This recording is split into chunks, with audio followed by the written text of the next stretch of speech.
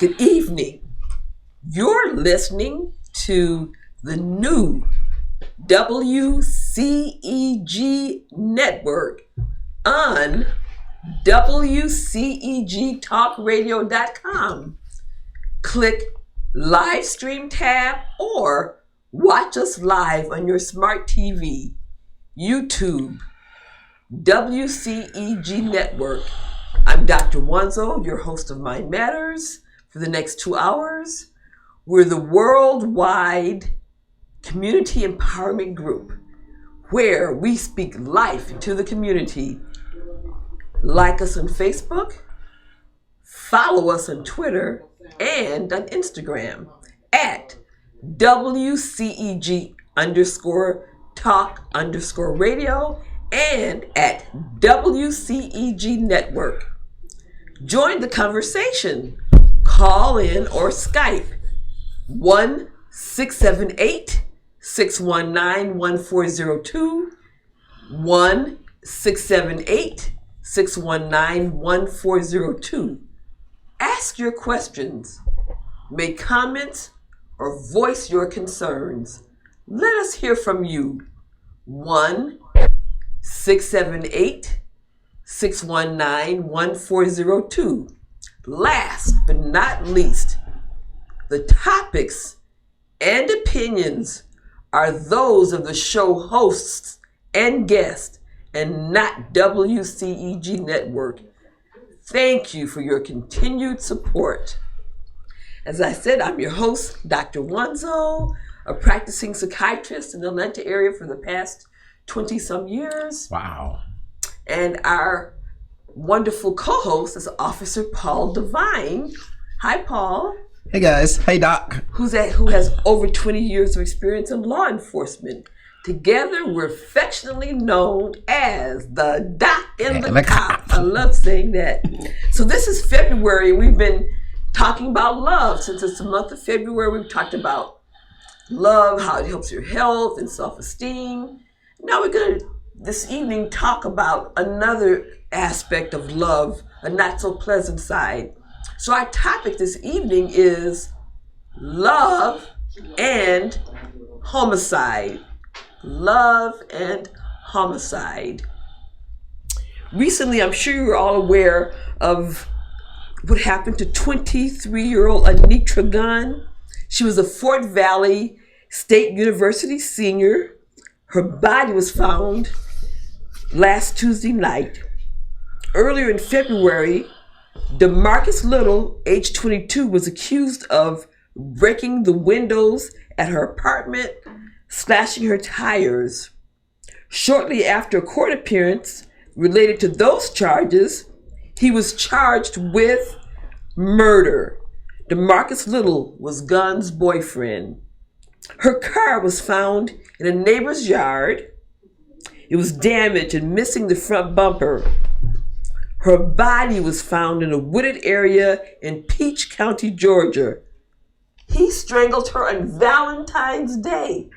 Wow. Yeah, Valentine's Day.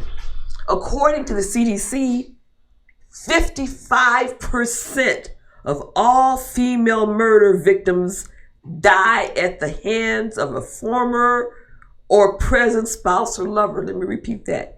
55% of all female murder victims die at the hands of a former or present spouse or lover. Almost all cases of the homicides committed by the males against their female partners occurred after the female either ended the relationship or announced her intention to do so. Nearly all of the male murderers claim that they committed the murder out of love. Can you believe that? Yeah, I can. I love you to death. Exactly, love you to death. Wow. I mean, it's crimes of passion are as old as time itself. And even from a law enforcement point of view, you know, when you do have murders, there's certain indications very personal, such as a stabbing, you know, and you see the pastor was stabbed dozens of times, 50, 60. I mean, it's someone just literally just stabbed and stabbed and stabbed and stabbed. Rarely is that the MO of somebody who's breaking in and don't know you, want to grab something to get out. You may have surprised a burglary in progress. It's so personal, and the person is like, they just didn't want to kill your body. They wanted to kill your soul too. So anger. The anger. You know, some people say passion. You know, there's a song, old school song that say there's a thin line between love and hate. Yes. Question is, you never know where that line is. It was interesting when you're saying the passion. It said most of the homicides committed by females against their male partners were reactions to male domestic violence.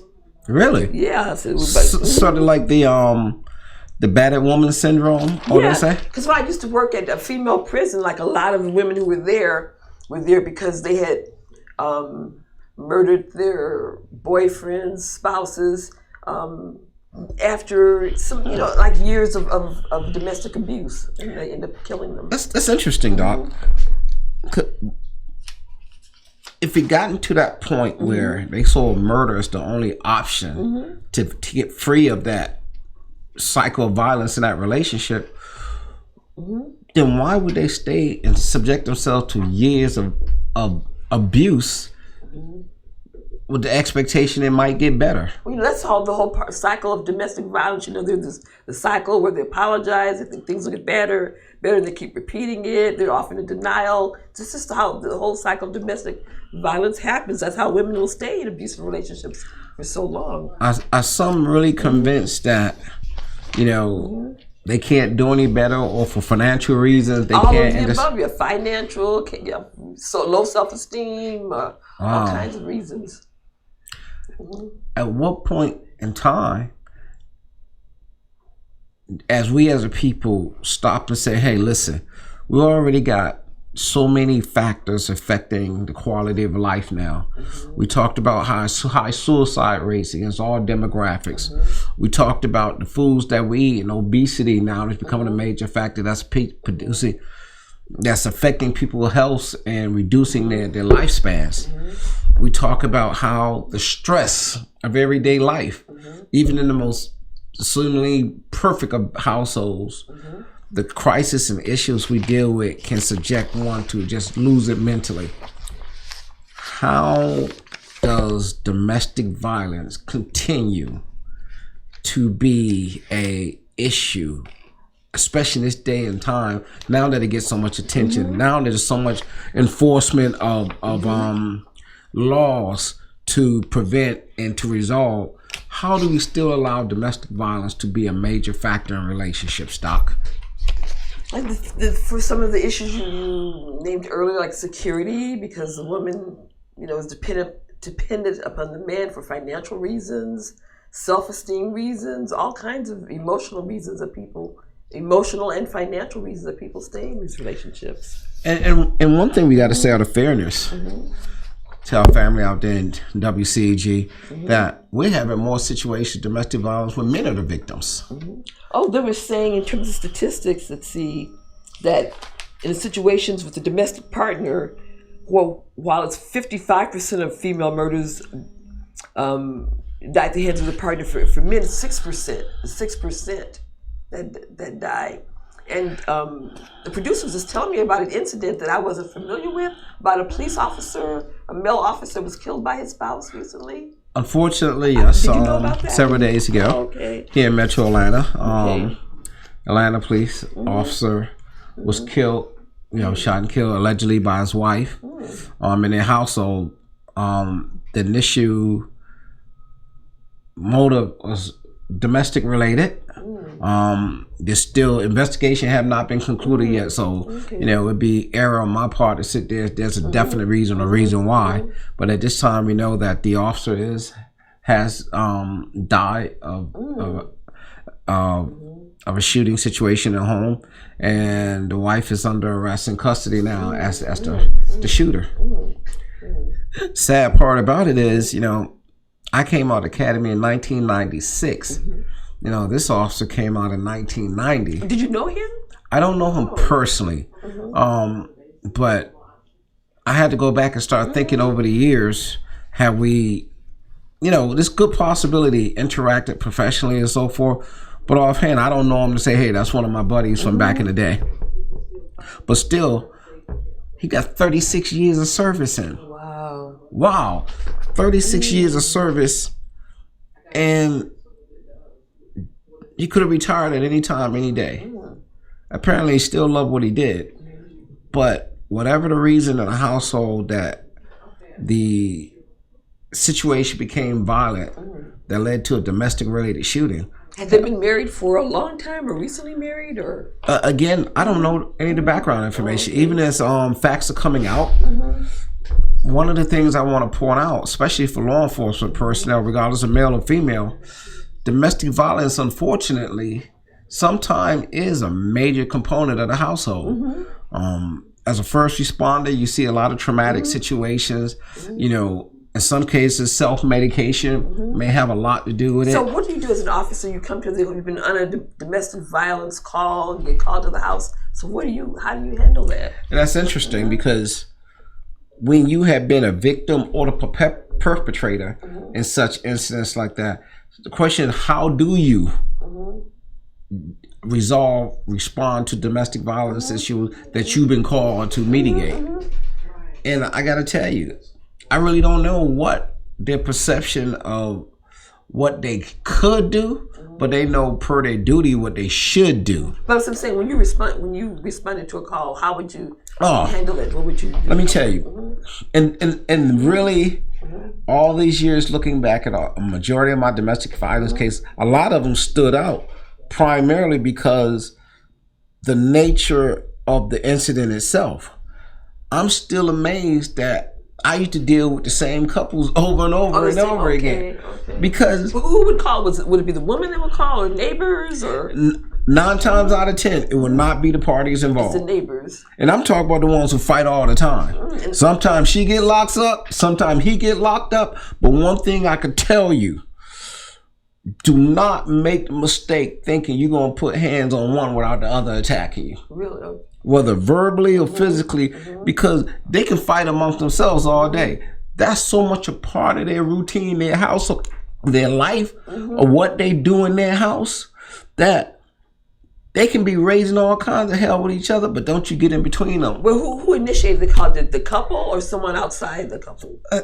In situations like that, it's not so much an initiation thing, and there's certainly nobody on the outside. It's just their routine. But who calls the police? I'm saying usually it's the neighbors, friends, people. So the couples themselves don't ever call. Very rarely ever the combatants themselves call. It's the neighbors. So in my career, those ones that stood out because you dealt with them so much, you get to know them. You know their home life, they know and then when you hear certain calls and you hear the address, you be like, oh boy. And it used to be instinctively for me, you know what? I'll take that call. Oh. That's Crystal and Billy up there nutting up again. So let me go see what's going on. Because when you have history with these people, you're able to mitigate without that point of having to lock anybody up, especially if they're kids in the house. So what do you do when you walk in? How do you handle it? First thing, and this is what community policing is about at this point. Okay. Because they both have a history of battering and domestic violence toward each other. The courts, even themselves, are tired of seeing them. But you really have to stop and look at dynamics of the family life. Is drugs a factor? Is alcohol a factor? Is one, what do they call it, infidelity a factor? Okay. And then the most important thing you got to keep in mind when you're dealing with domestic situations with couples who are long-term are kids. You can't discount the kids. A lot of times it's easy to say we're going to go and lock up both parties if both parties are actively engaged in domestic violence. But what do we do with the kids? Or defects? You know, first of all, defects ain't going to show up quick and fast to take care of nothing because, you know, efficiency and competence is not a defects virtue. You are looking at a situation now, we got to look at the welfare of these kids. We got to look at the household, because if DFACS and other social services were doing their job, these kids won't be subject to this environment in the first place.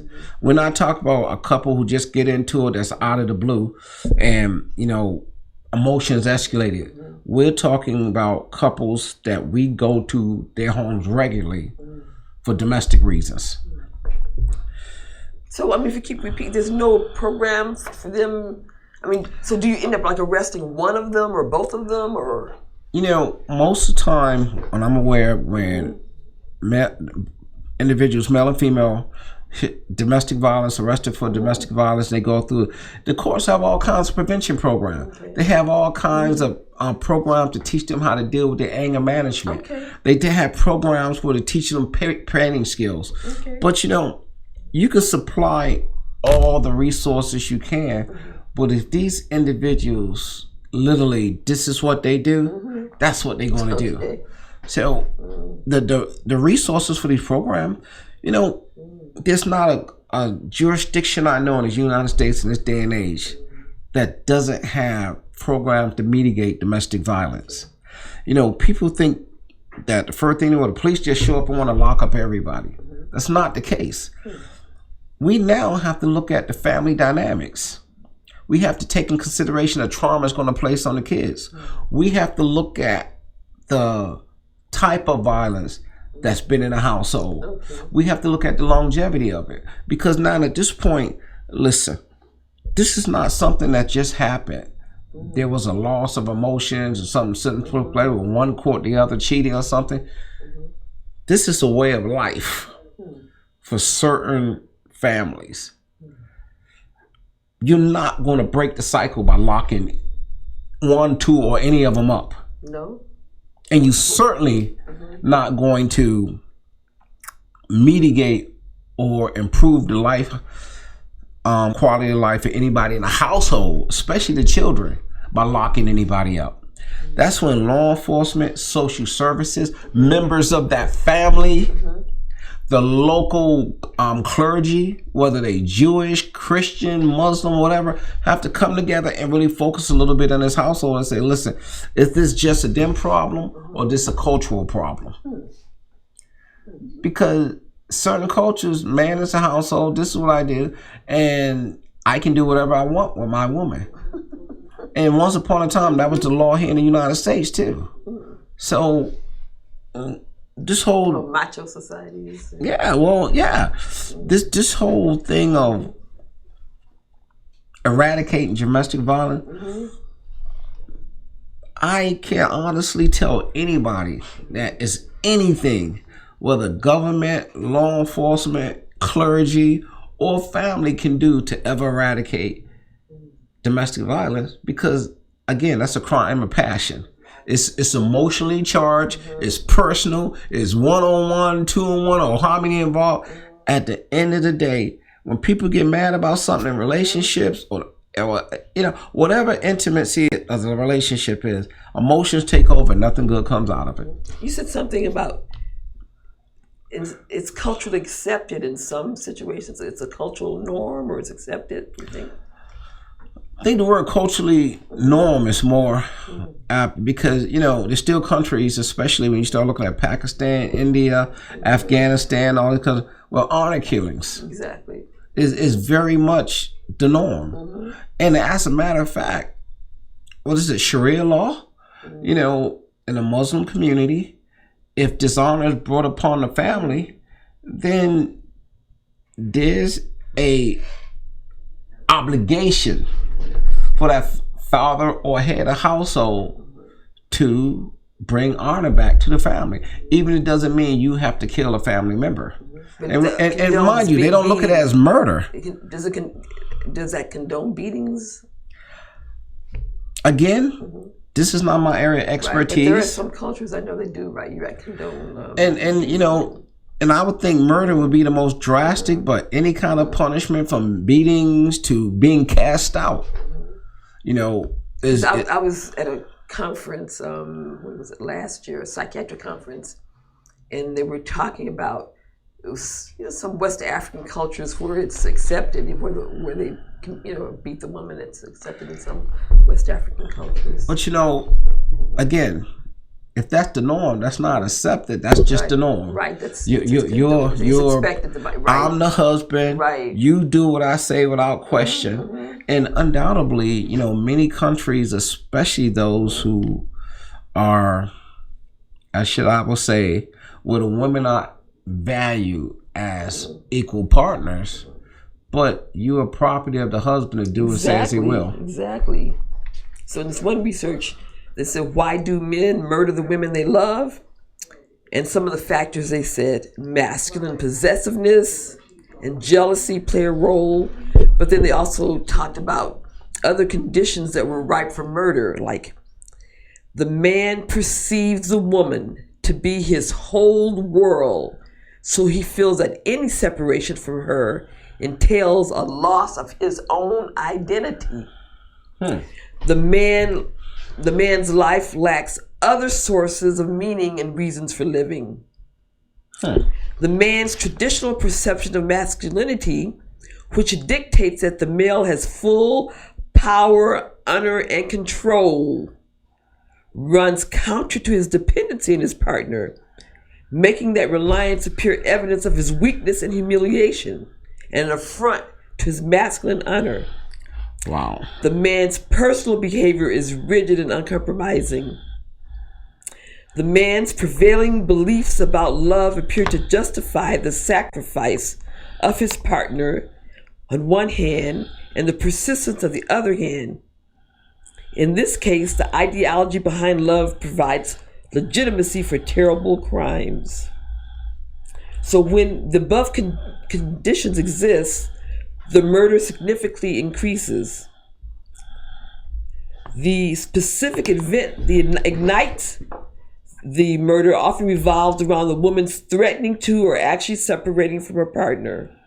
So knowing all these conditions will help us to read the writing on the wall. And often they say that there are warning signs that people ignore, that the women and families ignore. There are often always warning signs.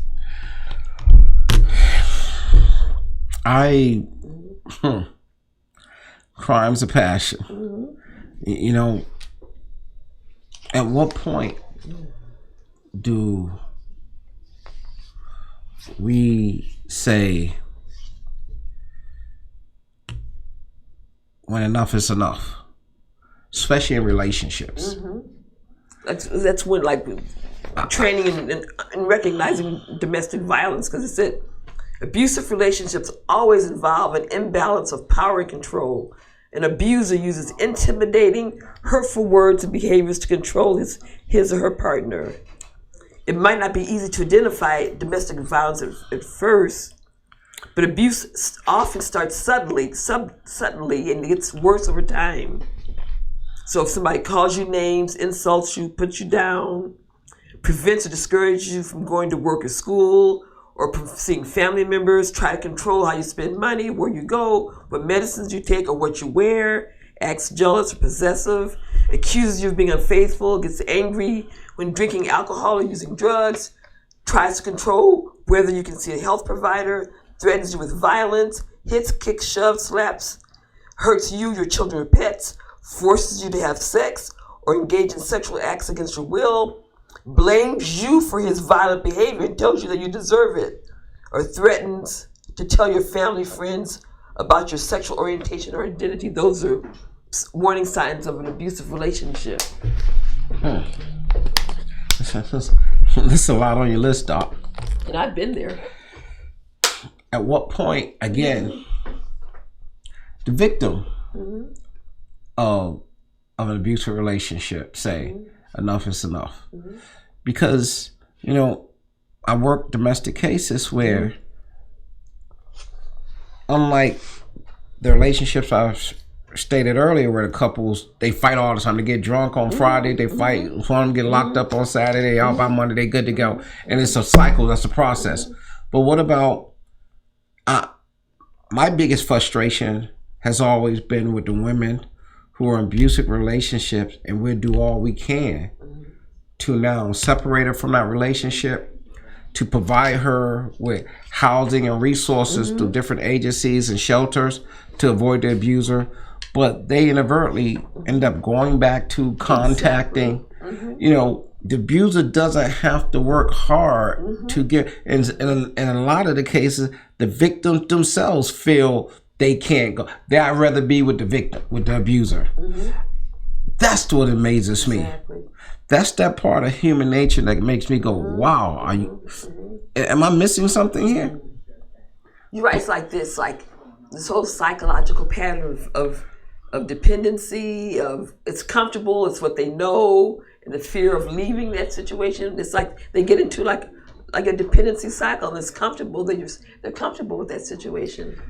Now, with that being said, if they're that comfortable with the situation, all of us on the outside know that's not healthy. Exactly. Also, we can see, but they're like so entwined in that situation that they can't see what's really going on. They're too close, they're too in it, too emotionally involved. And out of that circumstance, do we have an obligation or even a right to try and separate or make their life better or get them to see, hey, excuse me, this is not healthy?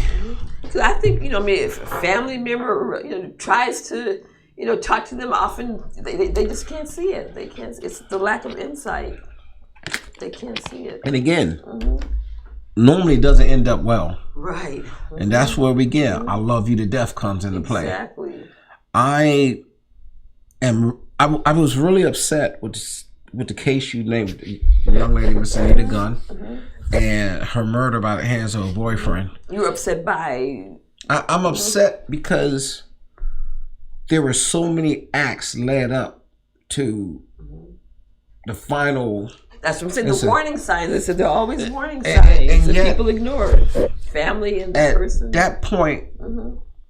And see, and I understand the limitations of law enforcement to be proactive on every situation, but there have to be common sense, especially when we see cases now that we can isolate and identify perpetrators that are getting progressively violent. And once they start doing acts of committing property damage, that's usually a prelude to some kind of assault. Right, yes. I would rather be proactive and make the wrong decision in terms of, I'm going to charge you or at least take you in custody because at this point I think you're a threat, versus sitting back saying, well, there's nothing I can do because right now, I can't find anything to follow up on. But yet, once we have this person is dead, the victim is dead, then we want to launch an investigation trying to figure out what went wrong. I tell you what wrong. We went wrong in terms of being proactive and now realizing that we have somebody who violence is escalating. The family went wrong because if they did know about it and they did not take at least a proactive effort to contact a law enforcement agency where their loved one was being abused, because we do welfare checks in a heartbeat. If you call, say you can be, we're in Atlanta, but your loved one is in school in Boston or living in Boston, be husband, wife, you say, hey, listen, I just have a situation, there's been some incident, and you describe it, hey, there's been threats, there's been assault, I was talking to my sister or cousin or aunt or brother, and I saw they had a black eye and they said they walked into the door. Listen, I'm just a little concerned. Do you mind doing a welfare check? In that agency that they lived, the jurisdiction, they would stop by the house. Hey, I'm officer so-and-so. Based upon this, we'd like to do a welfare check, make sure everybody's in the house is okay. And of course, we're not going to barge down the door. It's not a situation we're going to get a warrant and kicking in and coming into. No, basically just knock on the door like anyone. Hey, you introduce yourself. You tell them why you're here, because that's the very least you can do, because that at least let the abuser know we got an eye on you. What you're doing is not anonymous.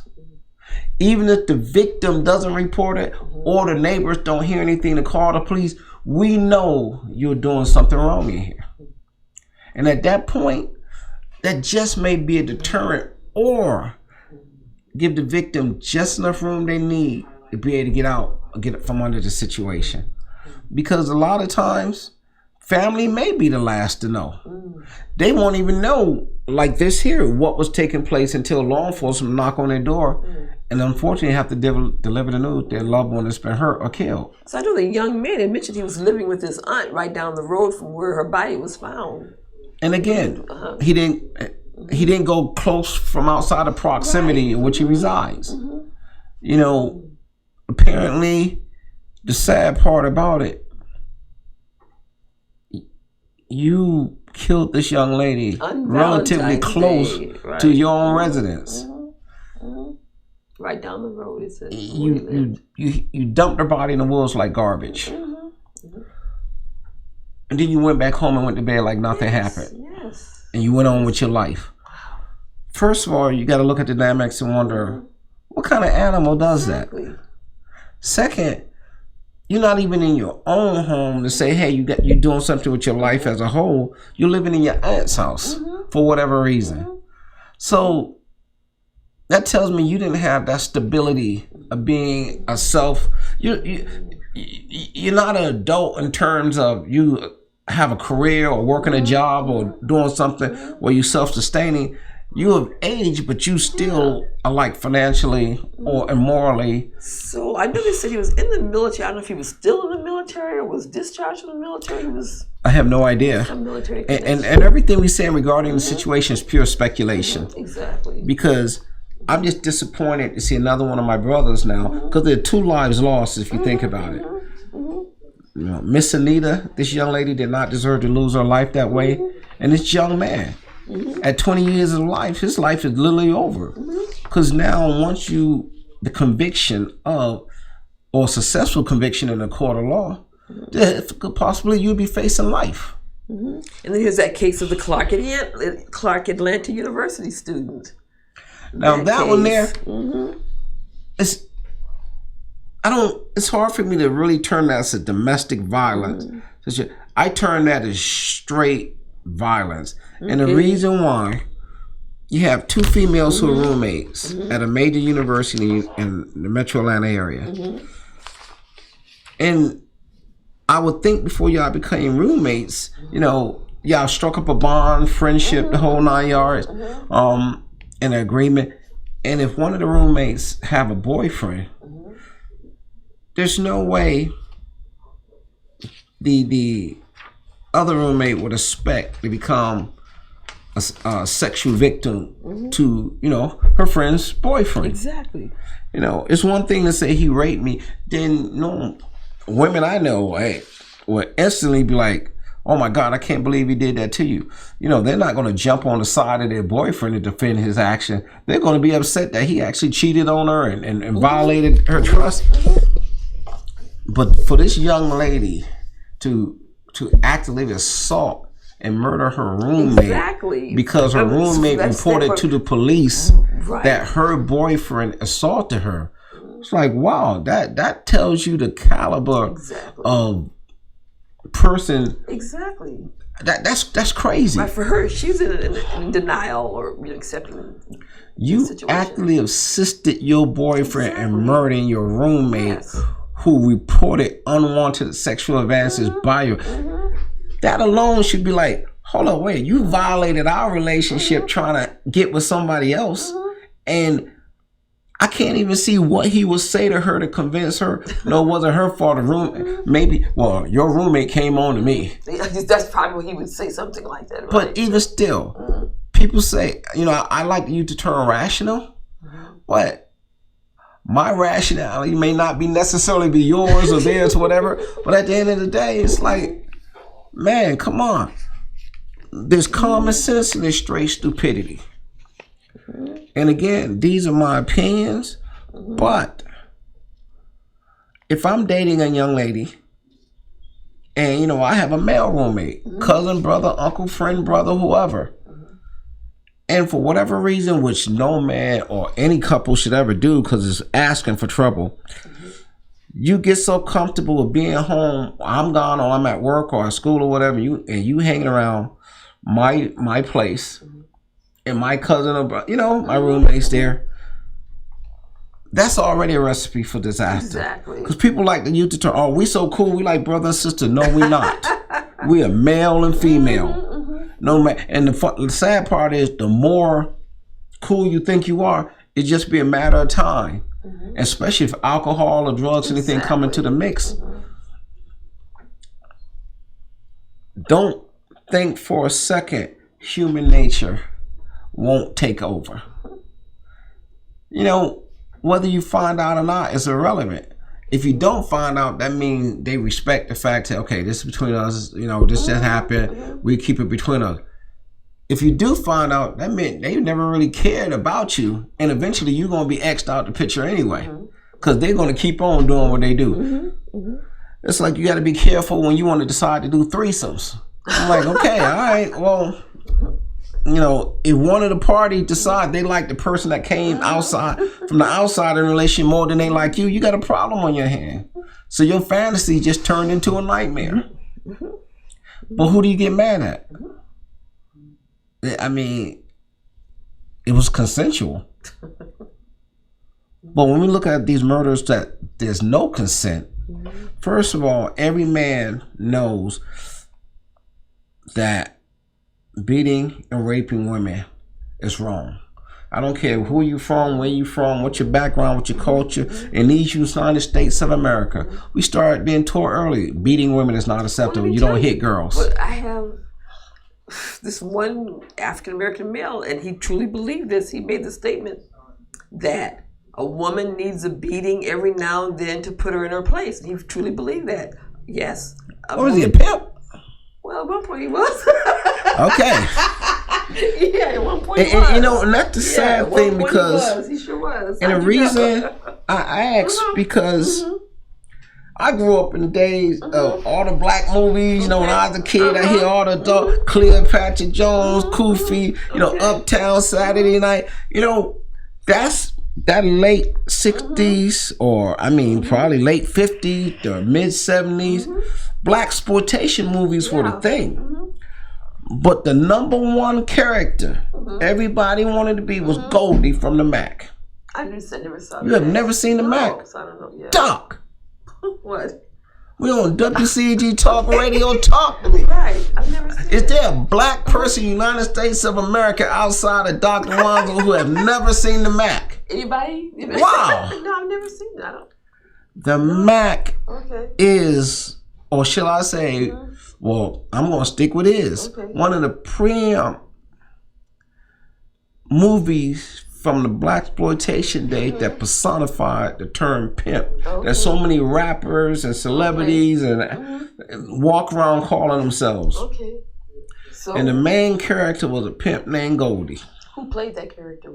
I can't remember the name of the actor who played him, but when I sit there and tell you that became an iconic movie, and the character Goldie became iconic in the black community. So what did Goldie do? Who was Goldie? Goldie was a pimp. Goldie, the Mac is one of those movies that was defining. It was a true personification of an era. You know, when a pimp was the main, a pimp was to the black community back in the day what a drug dealer is right now.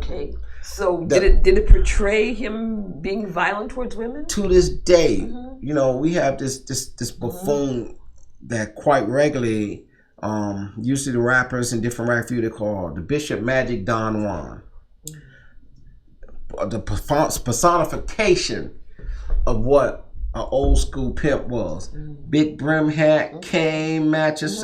You know, first of all, pimps back in the day dress loud. The term peacock doesn't even close to really. Pimps exploited the women in their control. You said something earlier in terms of domestic violence that really personified with me, and that's the word power. Pimps had power. Pimps were admired in the community by young, impressionable young males. You know, we got the term hoes, bottom bees, queen bee from that era. Okay.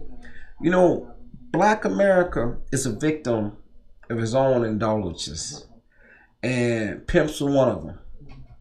And when you use terms like pimps down, hoes up, or hoes down, pimps up, whatever, bros before hoes, you know what I'm saying? These terms in movies were very much the foundation of a lot of the mentality of the rappers and the things that they say. And we say we're rappers and their disrespect toward women and this and that. But we consume that. It's interesting why what I said, what the guy said is that a woman needs a beating every now and then to put her in her place. Right away you asked, was he a pimp? And yes, how did you, yes, that's...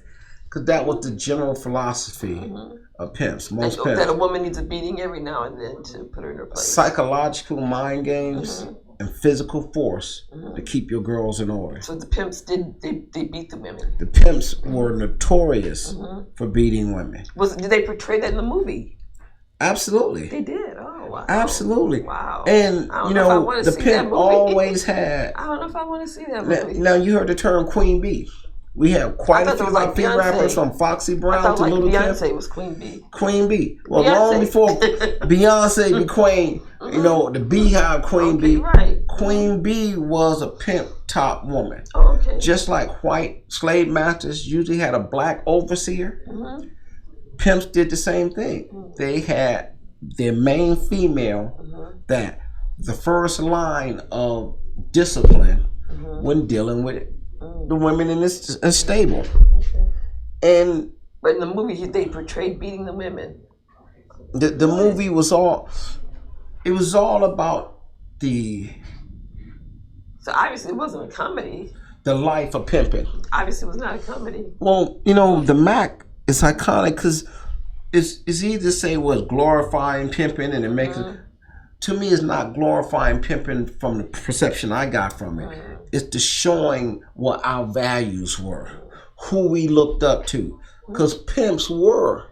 And you know, one of the most famous pimps in American history was Iceberg Slim. Okay, I've heard of the name, but... Iceberg Slim.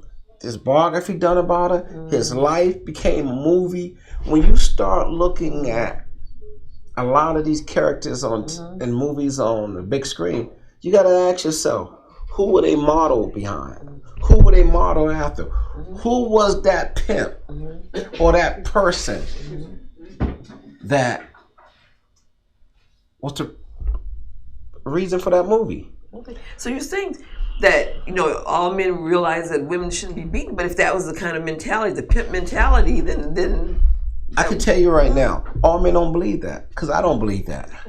I have no intent of being a victim of domestic violence, nor do I have any intent of being a perpetrator. Do I get mad? Absolutely. Do I get to the point sometimes that my significant other's like, oh my God, here she goes again, really? But you got to learn how to cope in such a way where violence is not going to solve anything, it's going to create more problems. Is it okay to be like, okay, I had enough? Is it okay to isolate yourself? Is it okay for some, you might just have to say, you know what, grab your coat, get my car keys or gates or my motorcycle, whatever, and you go for a walk, ride or drive, whatever it takes to de-escalate that situation. I like the word de-escalate. I love that word de-escalate. It doesn't, in any way, shape, or form, there's no justification for letting it become physical. Because once you go there, it's going to be hard to come back. And it can really go places you don't want to. And, you know, I'm sitting having this conversation. I'm realizing myself, hold up, Doc asked me all those questions, but I ain't no pimp. Man, I don't know anything about it. It was interesting. As soon as I said that, you said was a guy pimping. He actually was at one point. He was. Any black... He truly believed that. Not just a pimping, but once he left being a pimp in his relationships, he then felt that still applied, that a woman needed a beating every now and then to put her in her place. And he continued that in his relationships once he left pimping. Unfortunately, especially in a black community, where we idolize pimps as though they were gods at one point, that was their method of operation.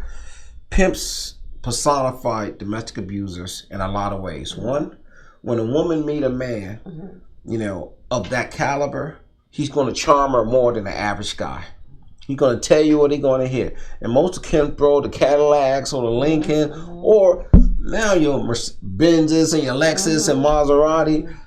You know, the first thing he did was amaze that woman by his whole personality. Whether materialistically he overwhelmed her, or man, he just had game. I'm sure you heard the term, he got game. Or man, having game. Game means that you got the gift for gab. You can use them words. You can have nothing, get everything just by how you able to talk to somebody. You got a lot of runaways from small towns, big cities. They go to bus stations, they go to shelter, a lot of the high schools and middle school. Mind you, they can find victims any and everywhere. So with the sex trafficking, do they still utilize pimps for that? Are they pimp? And before we really focus on the pimps in the black community, especially from the 30s up to now, look at even before them. You know, brothels were nothing new. Especially brothels in high society in Europe were the norm. France prides itself on being a country of love. But the French, as a culture, don't see a problem with having mistresses. Matter of fact, that's what a man is supposed to do. Yeah, the politicians have mistresses. And it's not a moral vice. You look at a lot of African countries, outside of the women as property, you also had your number of wives was based upon if you can afford them or not. And if you're part of an elite ruling class or royalty in a lot of these countries, you having X amount of wives, not only was it the norm, but it would be you something wrong if you didn't. Exactly. You didn't. You know, your father had 20 wives and you only had 2. What's the matter with you? Or God forbid if you just had 1. But you got to look at the numbers of history too. Historically, women have always outnumbered men. And then you got to look at the factors that made that number even greater. Number 1 was warfare. Mankind has been in conflict since the beginning of time. Men go off to war. When men go off to war, if you send 10,000 men to battle, 10,000 not coming back. You're lucky if you get half of that come back. So that means there were 10,000 women left behind. Now all of a sudden there are 5,000 men for 10,000 women. So polygamy. And it just keep rolling on. And I'm just using simple mathematics on that. I'm nowhere near any social scientist to sit there and tell you how it goes. But the bottom line is we find ourselves in every demographic that I'm aware of, especially living here in Metro Atlanta.